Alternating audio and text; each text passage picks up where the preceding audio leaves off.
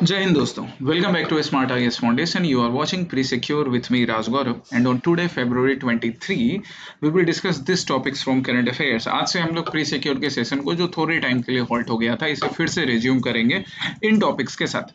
आज जो पहला टॉपिक हम डिस्कस करेंगे, अगर हम एजेंडा की बात करें तो very first topic is about PM Rahat scheme.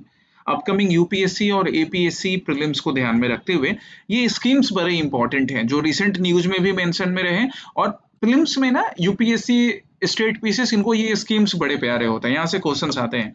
तो first topic we will discuss PM Rahat scheme, इसका डिटेल से देखेंगे. देन दूसरा एक स्कीम जिसको पीएम दक्ष योजना, स्कीम का ही नाम हो गया, हिंदी रूपांतरण क्या, योजना. तो पीएम दक्ष योजना, पीएम दक्ष स्कीम की बात करेंगे. Then third would be lead bank scheme.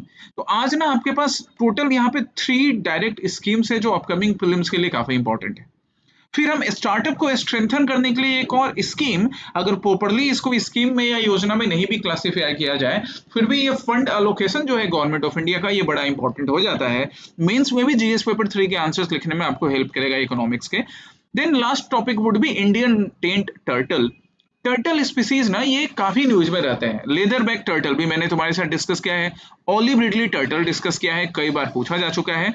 आज एक हम और टर्टल की बात करेंगे, इंडियन टेंट टर्टल, जिसका आउटर जो स्ट्रक्चर है ना वो थोड़ा टेंट के जैसा दिखता है. टेंट याद है ना, अपने घर में कभी तुमने त्रिपाल लगाया होगा. तो ये आज के 5 मेन टॉपिक्स होंगे, फिर उसके बाद इस पर बेस्ड प्रैक्टिस क्वेश्चंस आपके लिए. So come to the very first topic, PM Rahat scheme. हम पीएम राहत स्कीम पर आते हैं. ये न्यूज में मेंशन रहा, क्यों यहाँ पर हम पीआईबी में एक अपडेट देख सकते हैं. किसका अपडेट है, यहाँ ध्यान दो, ministry of road transport and highways का.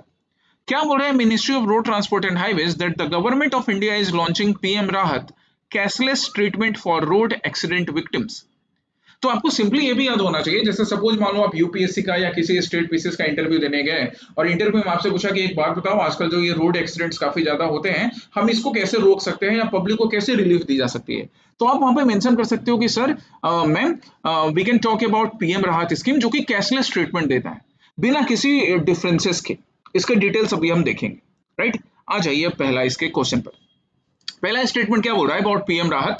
राहत stands for road accident victim hospitalisation and assured treatment. पहला स्टेटमेंट क्या, it provides cashless treatment up to 25 lakh for road accident victims during the initial golden hour period. Golden hour period देखो, उस period को बोलते हैं ना जब मरीज मतलब जो एक्सीडेंट का विक्टिम है उसकी जान बचाई जा सकती है. वो जो इनिशियल टाइम्स होते हैं हम इसको गोल्डन पीरियड करके बुलाते हैं. पर तुम्हें लगता है कि भारत जैसे देशों 25 लाख रुपए हम हर विक्टिम को देंगे? इतने ज्यादा रोड एक्सीडेंट होते हैं, जो कि एक अनफॉर्चुनेट बात है. रोड एक्सीडेंट के रीजंस क्या है वो हम डिस्कस करेंगे बाद में. बट इतने ज्यादा जब रोड एक्सीडेंट होते हैं और वहां पे हर विक्टिम को 25 लाख दिया जाए, ठीक है, उनका हक बन सकता है 25 लाख का, पर भारत सरकार के पास इतना पैसा नहीं है. उनको लाडली बहन और नाराज ननद स्कीम भी तो चलानी है. सो दैट्स वाई 25 लाख नहीं, ज्यादा से ज्यादा 1.5-2 लाख तक का आपको ट्रीटमेंट दिया जाएगा. ये स्टेटमेंट क्या हो गया, रॉन्ग हो गया. दूसरा क्या, the scheme is a collaborative effort between the ministry of road transport and the national health authority. Obviously ministry of road transport primary इसकी बॉडी है, बट नेशनल हेल्थ अथॉरिटी के साथ मिलकर ही तो आपको जो एक्सीडेंट विक्टिम्स हैं उनको जो भी हेल्थ से रिलेटेड फैसिलिटी चाहिए वो प्रोवाइड किया जाएगा. सेकंड पूरी तरह से करेक्ट है. Third, it applies only to the beneficiaries already covered under the Ayushman Bharat PM JAY scheme.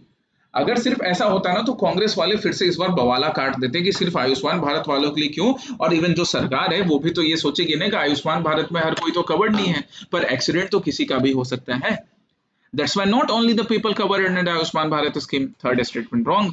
Common sense से ही ये क्वेश्चन बन गया, यही चीज ना आपको प्रीलिम्स में अप्लाई करनी है, करेक्ट ढूंढना था, आंसर क्या होगा, 2 ओनली. बाकी इसके डिटेल की बात करें तो this is PM Rahat scheme, जो कि कैशलेस ट्रीटमेंट को गोल्डन आवर में, जो इनिशियल आवर रहता है जहां विक्टिम की जान बच सकती है, वहां पे 1.5 लाख तक का कैशलेस ट्रीटमेंट मिलेगा. कवरेज पीरियड इसका मैक्सिमम 7 दिन तक है, कि एक्सीडेंट होने से 7 दिन के भीतर सरकार की तरफ से आपको यह सहायता मिल सकती है. इसके 7 दिन के भीतर है ना, ये टाइम पीरियड याद रखिएगा कि एक्सीडेंट होने के 7 दिन के भीतर इसको आपको एक्सेस, अगर सपोज किसी पर्सन के साथ ऐसा होता है तो वो इस स्कीम का इसका फायदा उठा सकता है. इसके अलग अलग प्रोटोकॉल्स हैं, जैसे नॉन लाइफ थ्रेटनिंग केसेस में स्टेबलाइजेशन ट्रीटमेंट 24 घंटे के अंदर मिल जाएगा.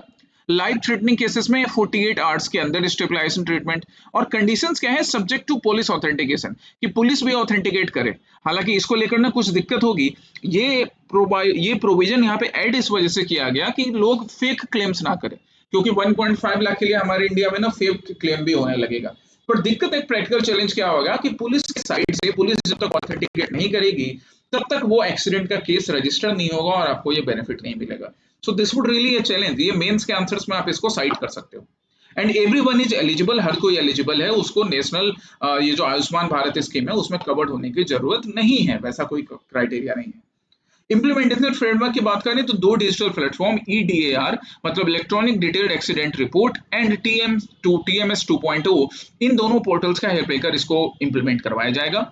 सोर्स इसके लिए है, कैसे इसको फंडिंग की जाएगी, तो सपोज किसी पर्सन का एक्सीडेंट हुआ और वो हॉस्पिटल गया, तो जो कुछ भी खर्चा होगा अप टू 1.5 लाख वो रिम्बर्स हॉस्पिटल को कर दिया जाएगा। 7 दिन के भीतर एक्सीडेंट विक्टिम या उसकी फैमिली इसका फायदा उठा सकती है। फंडिंग स्प्लिट क्या है? Insured vehicles payment is drawn from contributions made by general insurance companies. हम लोग जो अपने व्हीकल्स का, चाहे वो 2 व्हीलर हो या 4 व्हीलर हो, उनके लिए इंश्योरेंस पे करते हैं ना, तो उसी इंश्योरेंस के पैसा जो कि आप जनरल इंश्योरेंस कंपनीज को दे रहे हो, सरकार वहीं से पेमेंट निकालेगी और आपके इलाज के लिए पैसा वापस हॉस्पिटल को दे देगी।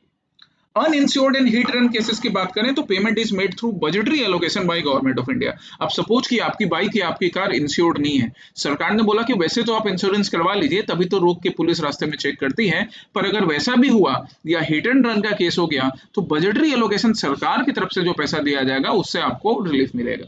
सो ये इसके मेन प्रोविजन है। ओके, बाकी आप पीडीएफ डाउनलोड करके वहां से अपने लिए नोट्स बनाने का काम या प्रिंट आउट करके भी वहां से रिवाइज करने का काम कर सकते हो। सेकंड टॉपिक पर हम आते हैं। सेकंड टॉपिक है पीएम दक्ष स्कीम। और द हिंदू क्या बोल रहा है कि less than half of those trained under PM Daksh scheme for एससीज, BCs, backward classes and DNTs got jobs. मतलब कि अच्छा परफॉर्मेंस नहीं है गाइस। दक्ष स्कीम से हमें ज्यादा से ज्यादा लोगों को जॉब दिलवाना था पर कम लोगों को मिला है। This is a concern. Okay, चलिए पहले स्टेटमेंट पर आते हैं और इनकरेक्ट ढूंढना है। यहाँ पर ध्यान दो डायरेक्टिव पे। पहला स्टेटमेंट क्या? It is a central sector scheme under the ministry of social justice and empowerment aimed at skilling marginalised groups. एकदम सही बात है कि मार्जिनलाइज्ड सेक्शंस को, चाहे वो एससी हो या एसटी हो या बैकवर्ड क्लासेस हो, उनको स्किल्स प्रोवाइड करवाने के लिए, उनको दक्ष बनाने के लिए पीएम दक्ष स्कीम लॉन्च किया गया था। सेंट्रल सेक्टर स्कीम है, मतलब 100% फंडिंग सेंट्रल गवर्नमेंट की है। ये सब याद रखिएगा। इनकरेक्ट ढूंढना है तो ये वाला तो इनकरेक्ट हुआ नहीं। Second, the scheme mandates the training institute must ensure the placement of at least 70% of trained candidates in wage or self-employment। यही तो न्यूज़पेपर का ये क्लिपिंग बोल रहा था कि ट्रेनिंग इंस्टीट्यूट को ये इंश्योर करना पड़ेगा कि 70% तक तो जरूर से जरूर आप जिनको ट्रेनिंग दे रहे हो उनको जॉब मिल जाए, है ना, या सेल्फ एम्प्लॉयड वो हो जाए। सेकंड भी करेक्ट है। इसी को अचीव नहीं कर पा रहे हैं, दैट्स वाई कंसर्न जाहिर किया गया है कि भैया हम तो 50% तक जॉब नहीं दिलवा पा रहे हैं, यहाँ टारगेट 70% रखा गया।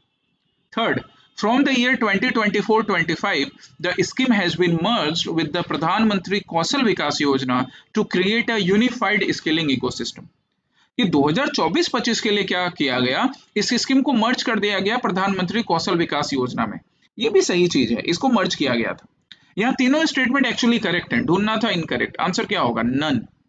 अब बाकी डिटेल्स की बात करें तो पहला चीज तो आपको पहले ही मैंने बता दिया उस स्टेटमेंट में कि 100% फंडेड सेंट्रल गवर्नमेंट के द्वारा है, मतलब सेंट्रल सेक्टर स्कीम है, जिसको 2020-21 में इन ग्रुप्स को देखते हुए हमारी डीएनटी मतलब डी नोटिफाइड ट्राइब, सफाई कर्मचारी, ओबीसी, एससी, इनको देखते हुए लॉन्च किया गया था। इंप्लीमेंटिंग एजेंसी जब 2020-21 में लॉन्च की गई तो NSFDC, national scheduled caste finance development corporation, national backward class finance development corporation, सफाई कर्मचारी के लिए जो कॉर्पोरेशन है, इन लोगों ने मिलकर इसको इंप्लीमेंट करवाने का सोचा था। टारगेट देखा गया था कि 70% ट्रेनी को जॉब या सेल्फ एम्प्लॉयमेंट मिले। अगर नहीं होने पे 30% तक हर कैंडिडेट का कॉस्ट जो है ना वो उस इंस्टीट्यूट से निकाला जाएगा, बट ये चीज फुलफिल नहीं हो पाया। इस वजह से 2024-25 में पीएम दक्ष स्कीम को मर्ज किया गया प्रधानमंत्री कौशल विकास योजना के थ्रू। ये ना एक बड़ा डिटेल टॉपिक है, इसको हम लोग मेंस के लिए भी डिस्कस करेंगे जब हम लोग प्रोग्राम्स इंप्लीमेंटेशन को डिस्कस करेंगे जीएस पेपर 3 के लिए। सिग्निफिकेंस की बात करें पीएम दक्ष का, तो पीएम दक्ष का मेन सिग्निफिकेंस है सोशल जस्टिस इंश्योर करना। जैसे जो हमारे सफाई कर्मचारी हैं, सैनिटेशन वर्कर्स हैं, उनको स्किल्स प्रोवाइड करना। अकाउंटेबिलिटी इंश्योर करना कि अगर कोई प्लेसमेंट एजेंसी है और वो प्लेसमेंट एजेंसी सही तरीके से लोगों को स्किल्स प्रोवाइड करने का काम नहीं कर रही है, उनको सेल्फ एम्प्लॉयड या जॉब्स नहीं प्रोवाइड कर रही है, तो उन पे पेनाल्टी लगाई जाएगी। और साथ ही साथ स्ट्रेटजिक कंसोलिडेशन कि एक स्कीम 2020-21 में शुरू हुआ और फिर जब उसका परफॉर्मेंस अच्छा नहीं रहा तो 2024-25 में उसको प्रधानमंत्री कौशल विकास योजना के साथ मर्ज कर दिया गया। ओके, और इसको हम आगे मेंस के लिए भी फिर आगे भी डिस्कस करेंगे, पर आप अभी के लिए इसको मार्क करके रखिएगा कि ये हमें मेंस में भी काम आना है, पीएम दक्ष। नेक्स्ट टॉपिक की बात करें तो नेक्स्ट टॉपिक है lead bank scheme. Lead bank scheme again the Hindu का एक अपडेट जहां पे आरबीआई लीड बैंक स्कीम को रिवाइज कर रहा है। किस चीज के लिए भैया? तो to improve credit flow to priority sectors at district level. अच्छा, यहाँ ध्यान दो, डिस्ट्रिक्ट लेवल पे क्रेडिट को इंप्रूव करने के लिए प्रायोरिटी सेक्टर में क्या होते हैं? प्रायोरिटी सेक्टर्स, प्रायोरिटी सेक्टर्स में कवर होते हैं farm based companies, priority sectors में कवर होते हैं कई बार कॉर्पोरेटिव सोसाइटीज, प्रायोरिटी सेक्टर्स में कवर होती हैं एमएसएमईज। तो इनके पास क्रेडिट फ्लो बना रहे इसके लिए डिस्ट्रिक्ट लेवल पे लीड बैंक स्कीम बनाया जाता है। याद रखिएगा, डिस्ट्रिक्ट लेवल पर। अब पहला स्टेटमेंट लीड बैंक स्कीम से रिलेटेड क्या? It was introduced by the RBI in 1969 based on the recommendations of Nariman committee. A correct fact है जिसमें कभी कुछ चेंज नहीं होगा, याद रखना है कि लीड बैंक स्कीम को 1969 में नरीमन कमेटी के रिकमेंडेशंस पे बनाया गया था। ये आपको हमेशा याद रखना, मेंस के लिए भी प्रीलिम्स के लिए भी।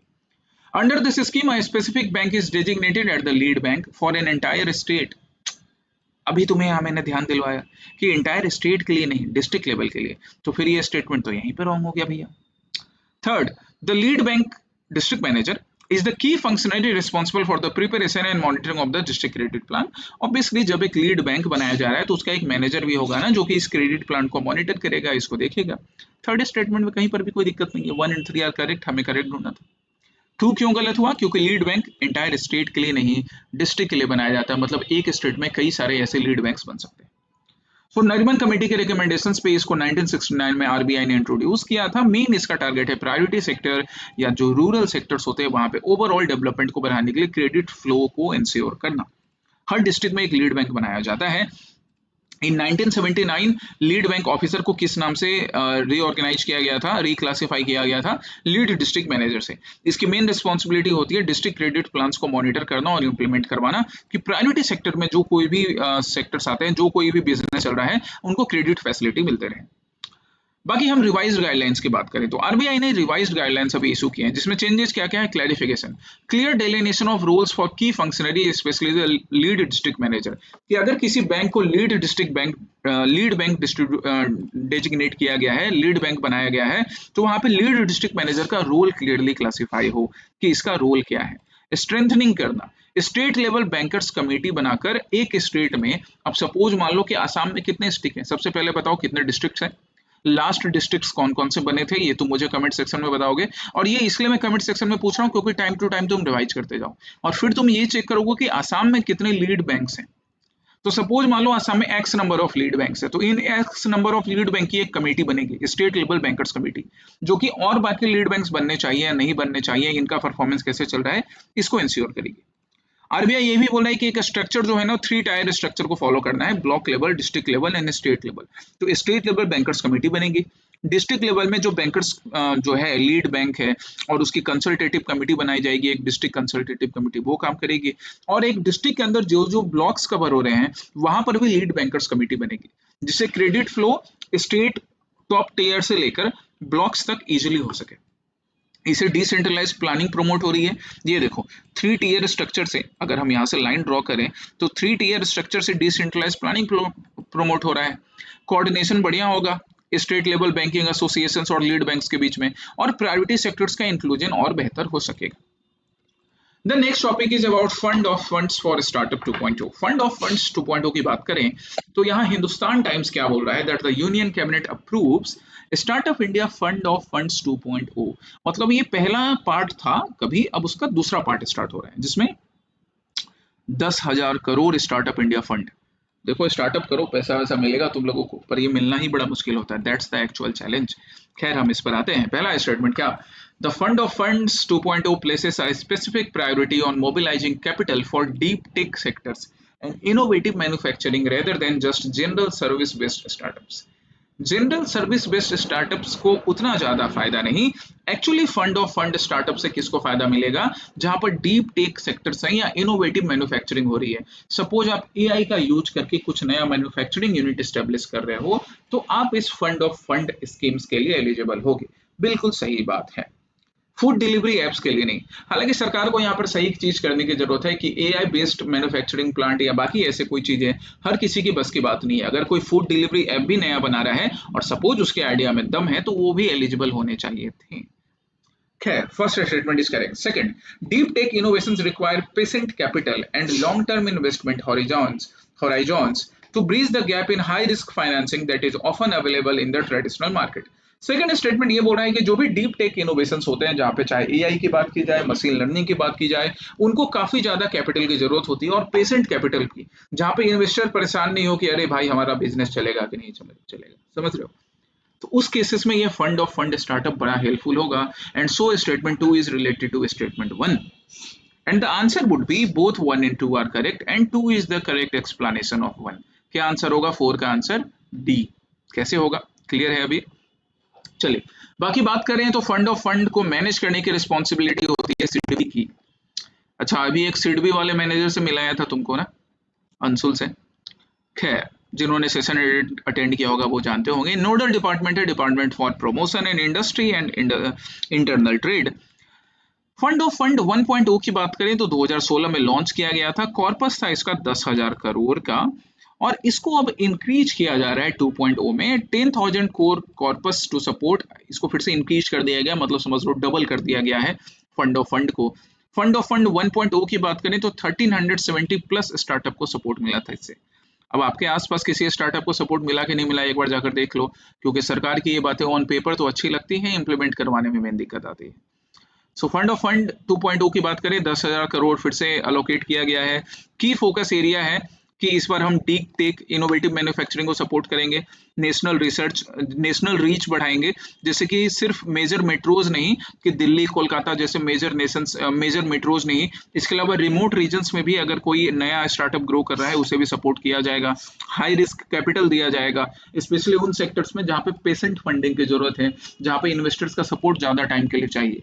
इससे पूरे कंट्री में इकोनॉमिक रेजिलियंस डेवलप होगा। And the catalytic effect, what is the catalytic effect? Usually जो नई इमर्जिंग टेक्नोलॉजीज होती हैं, इमर्जिंग टेक्नोलॉजी पर बेस्ड इंडस्ट्री होती हैं, वहां पर फंडिंग मिलने में थोड़ी दिक्कत होती है। क्यों? क्योंकि जो इन्वेस्टर्स होते हैं दे आल्सो हेजिटेट कि ये चलेगा बिजनेस या नहीं चलेगा। So in that case fund of fund 2.0 would be helpful. ये हाई रिस्क कैपिटल गैप को फुलफिल करेगा, सरकार की तरफ से उन स्टार्टअप्स को भी फंडिंग मिल सकेगी। Last but not the least topic for today is Indian tent turtle. इसके पिक्चर को देखो, इसके पिक्चर में आपको इसके बॉडी पे अपर पार्ट पे ये जो सिंबल्स दिख रहे हैं ना, सिंबल्स बोल रहे हैं, ये जो पैचेस दिख रहे हैं, आंसर पे मत ध्यान देना, ये मैं पिक्चर तुम्हें क्लियरली दिखा रहा हूँ। ये जो पैचेस दिख रहे हैं ग्रीन डार्क ग्रे कलर के, इसी की वजह से इसका नाम दिया गया है टेंट टर्टल, ये टेंट की तरफ इसके पैचेस हैं। न्यूज में क्या आया, 311 endangered turtle seized in Bhopal from AC first class coach. बताओ भाई, फर्स्ट क्लास में चलने वाले लोग आजकल ये इनका स्मगलिंग कर रहे हैं, फिर स्लीपर में बेचारे झूठ का ही लोगों को परेशान किया जाता है नहीं।